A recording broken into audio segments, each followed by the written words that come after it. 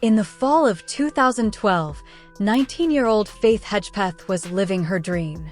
An honors student and a proud member of the Hollywossaponi Native American tribe, she was attending the University of North Carolina on a prestigious scholarship.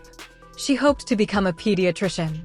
But on the morning of September 7th, that bright future was brutally extinguished inside her off-campus apartment.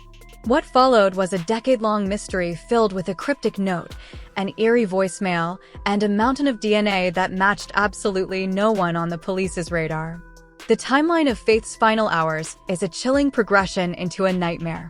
On Thursday evening, September 6th, Faith and her roommate, Karina Rosario, went to the university library to study.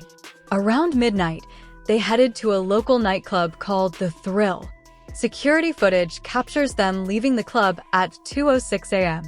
It is the last visual record of Faith alive. By 3 a.m., they were back home.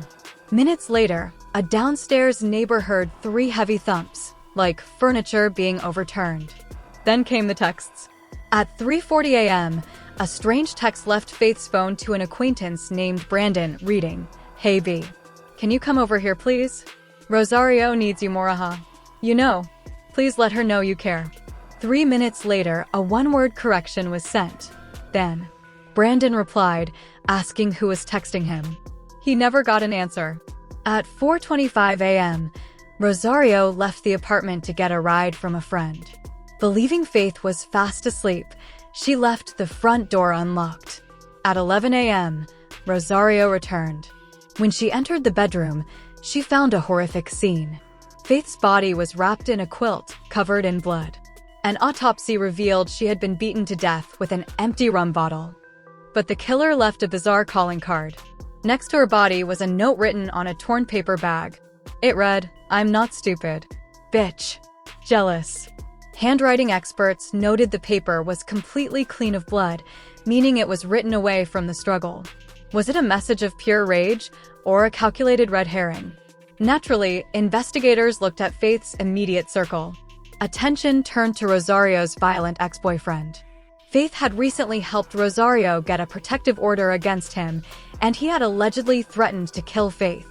Even more damning, the night before the murder, he posted online, "Forgive me for what I am about to do." He was the perfect suspect. Except for one massive hurdle. Police recovered male DNA from the crime scene. They tested him. It wasn't a match. They tested Brandon. Not a match. They tested over 750 men. Nothing.